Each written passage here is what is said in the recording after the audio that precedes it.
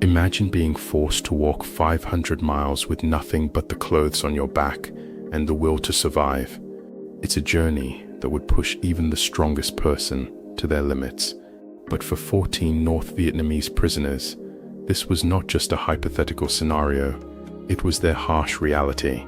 In 1975, these individuals were part of a group of prisoners who had been held captive for years, subjected to brutal treatment, including torture and forced labor. Their ordeal was a testament to the harsh conditions of war, where lives were often reduced to mere numbers. Among them was Senior Officer Nguyen Van Mai, a man who would lead his comrades on an impossible mission to freedom. As the group prepared to embark on their journey, they knew the stakes were high. They had been given a choice: attempt to escape and risk certain death, or remain in the prison and face an uncertain future. For most of them, the decision was clear. With minimal food, water, and medical supplies, they set out on a treacherous path through the jungle. Their goal, a distant 500 miles away. The terrain was unforgiving, with dense foliage, steep hills, and raging rivers blocking their progress. The prisoners had to rely on their wits and resourcefulness to navigate the jungle, using makeshift tools and whatever materials they could find to survive. But they were not just fighting against the environment, they were also being hunted by enemy patrols who were determined to catch and punish them. As they walked, the prisoners encountered numerous obstacles, from venomous snakes and wild animals to treacherous terrain and unpredictable weather. The heat was oppressive, the humidity relentless, and the exhaustion palpable. But despite the challenges, they pressed on, driven by a burning desire for freedom. Their journey was a testament to the human spirit, a reminder that even in the darkest of times, there is always hope. As Nguyen Van Mai led his comrades through the jungle, they began to realize that their survival was not just a matter of individual strength, but also of collective determination. We were not just fighting for our lives, Nguyen Van Mai would later recall. We were fighting for our freedom, for our dignity, and for the chance to return to our families and loved ones. Theirs was a journey that would push even the strongest person to their limits, but it was also a journey that would inspire countless others to stand up for what they believed in. As the prisoners continued on their way, they faced numerous close calls, narrowly escaping capture and certain death on more than one occasion. But despite the risks, they refused to give up, driven by a fierce determination to reach their destination. And then, just when it seemed like all hope was lost, they encountered a group of local villagers who provided them with food, shelter, and medical aid. It was a turning point in their journey, one that gave them the strength and confidence to continue on their way. But even with this newfound support, the prisoners knew that their journey was far from over. They still had to navigate the treacherous terrain, avoiding enemy patrols and hostile wildlife along the way. And yet, despite the challenges ahead, they pressed on, driven by a burning desire for freedom. Their journey was a testament to the human spirit, a reminder that even in the darkest of times, there is always hope. As Nguyen Van Mai led his comrades through the jungle, they began to realize that their survival was not just a matter of individual strength, but also of collective determination. We were not just fighting for our lives, Nguyen Van Mai would later recall. We were fighting for our freedom, for our dignity, and for the chance to return to our families and loved ones. Theirs was a journey that would push even the strongest person to their limits, but it was also a journey that would inspire countless others to stand up for what they believed in. As the prisoners continued on their way, they encountered numerous close calls, narrowly escaping capture and certain death on more than one occasion. But despite the risks, they refused to give up, driven by a fierce determination to reach their destination. The question on everyone's mind was, would they make it? Would they be able to survive the treacherous journey and reach freedom? The answer, much like their journey, remained shrouded in uncertainty. But one thing was clear: their determination and resilience would be put to the ultimate test as they continued on their perilous march to freedom. As the sun rose over the North Vietnamese jungle, the 14 prisoners stood at the edge of their makeshift camp, their eyes fixed on the seemingly endless expanse of terrain ahead. They knew that every step they took would bring them closer to freedom or closer to death. There was no middle ground. The unthinkable journey had officially begun, and it was only the first of many harrowing days that lay ahead. The heat was suffocating, a sweltering blanket that wrapped itself around the prisoners like a damp shroud. Sweat dripped from their brows, their clothes clinging to their backs as they trudged through the dense underbrush. The air was thick with the stench of decaying vegetation, and the prisoners gagged on the noxious fumes. Every step felt like a chore, every breath a struggle, as they battled their way through the jungle's merciless heat. But the heat was only the beginning. The terrain itself was a treacherous obstacle course, designed to break even the strongest wills. Steep mountains loomed ahead, their craggy peaks shrouded in mist, their slopes too steep to climb without risking a fatal fall.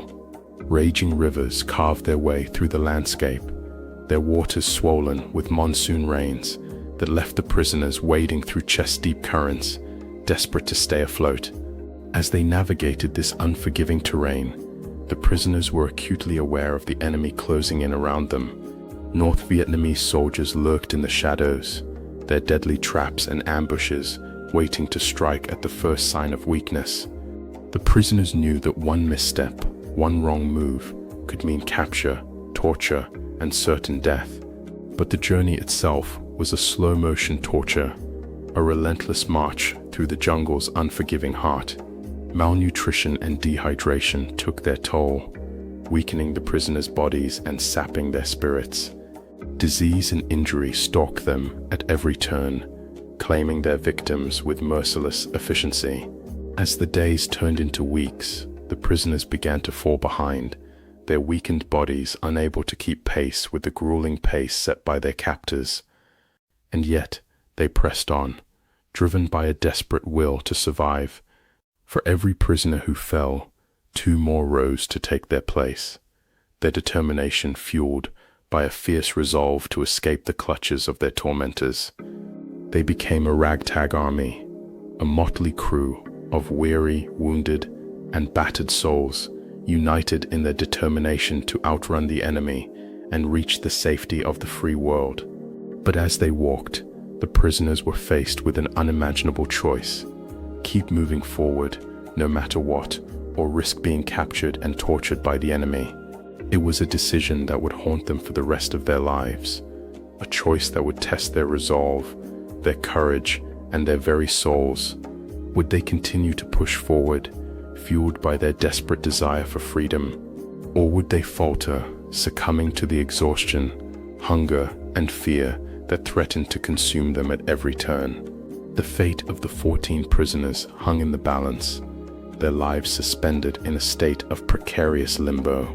As they trudged through the jungle's unforgiving heart, they knew that every step they took would bring them closer to freedom or closer to death. The choice was theirs, and theirs alone. But one thing was certain: the journey through hell was far from over, and the prisoners would have to dig deep within themselves to find the strength to carry on. As the sun beat down on the North Vietnamese jungle, the 14 prisoners found themselves at a critical juncture in their 500-mile march. Weeks of relentless walking had taken its toll, and the group was on the verge of collapse. Morale was at an all-time low, and the prisoners were struggling to muster the strength to continue. But Nguyen Van Mai, the senior officer, knew that giving up was not an option. He had seen it before: prisoners who had lost hope, who had let their spirits break under the weight of their circumstances. And he knew that if the group didn't find a way to escape, they would all perish.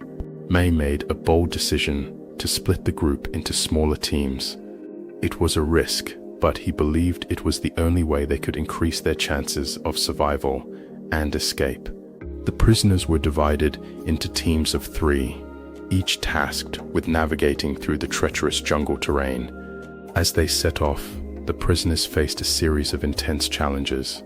They had to navigate through minefields, avoiding deadly traps and hidden dangers. They had to evade enemy patrols, who were increasingly aggressive and determined to catch them. But the prisoners were not just fighting for their lives, they were fighting for freedom. They had seen the horrors of the North Vietnamese prison camps, and they knew that if they were caught, they would be subjected to unimaginable torture and cruelty. One of the prisoners, a young man named Nguyen, had a particularly harrowing experience. As he was making his way through a minefield, his foot triggered a hidden explosive. The blast sent him flying, and he landed hard on the jungle floor. But Nguyen was a fighter. He picked himself up, dusted himself off, and continued on. The prisoner's journey was not without its moments of levity. Despite the dire circumstances, they found ways to laugh and joke with each other, to share stories and memories of their lives before captivity. It was these moments that kept them going, that reminded them that they were human beings, not just prisoners of war.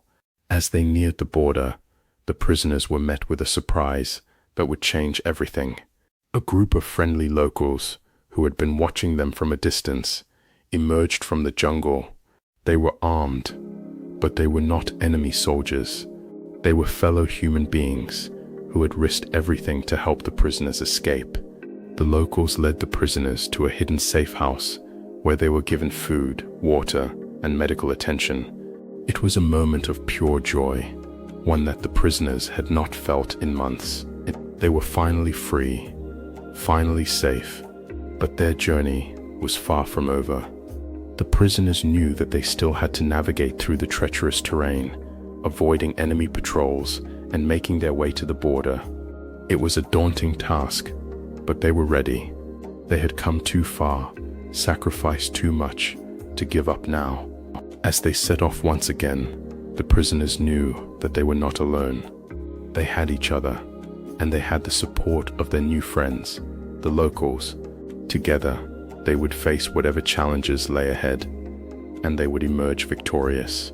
As the sun began to set on the North Vietnamese jungle, the 14 prisoners caught their first glimpse of salvation, a small village in the distance where locals were busy preparing makeshift rafts to aid their crossing. The prisoners' hearts swelled with hope as they realized that with the help of these strangers, they might finally be able to put their grueling 500-mile march behind them. The villagers, however, knew the treacherous terrain all too well. They warned the prisoners about the raging river that lay ahead, a natural barrier that had claimed the lives of many before. The prisoners listened intently, knowing that this was their greatest challenge yet.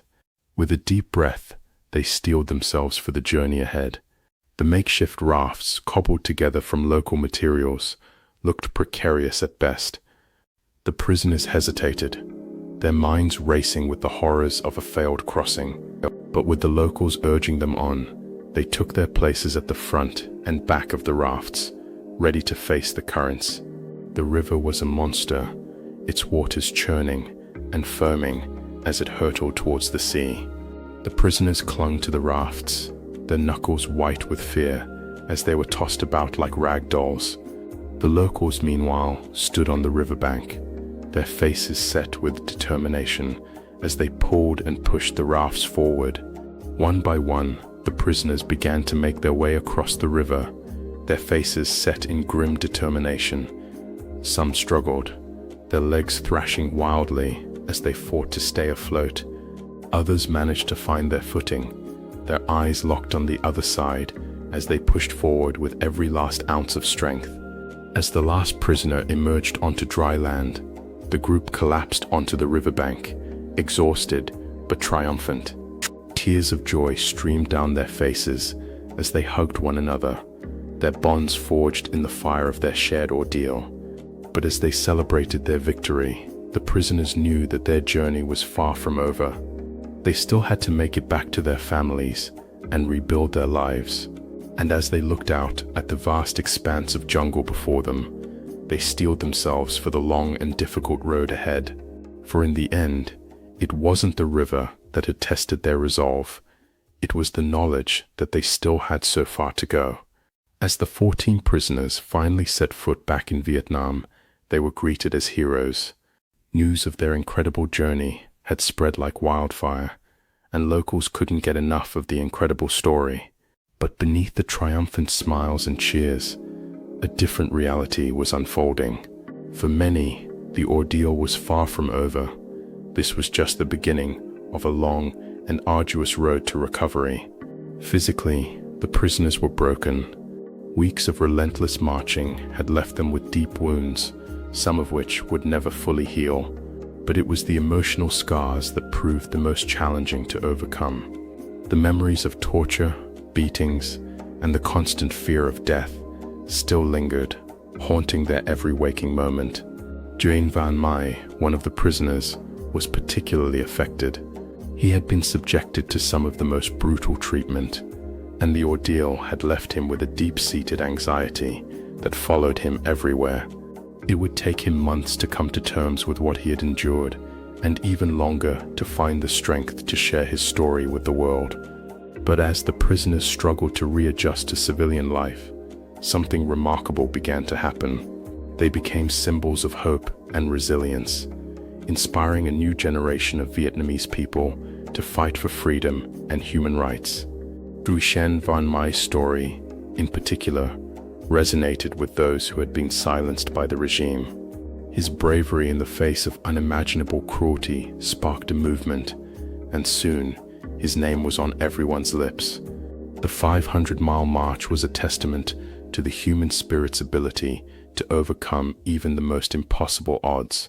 But it was also a reminder that the journey doesn't end when we finally find freedom.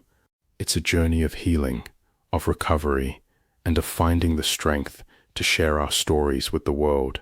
As I share this incredible story with you, I want to leave you with a question.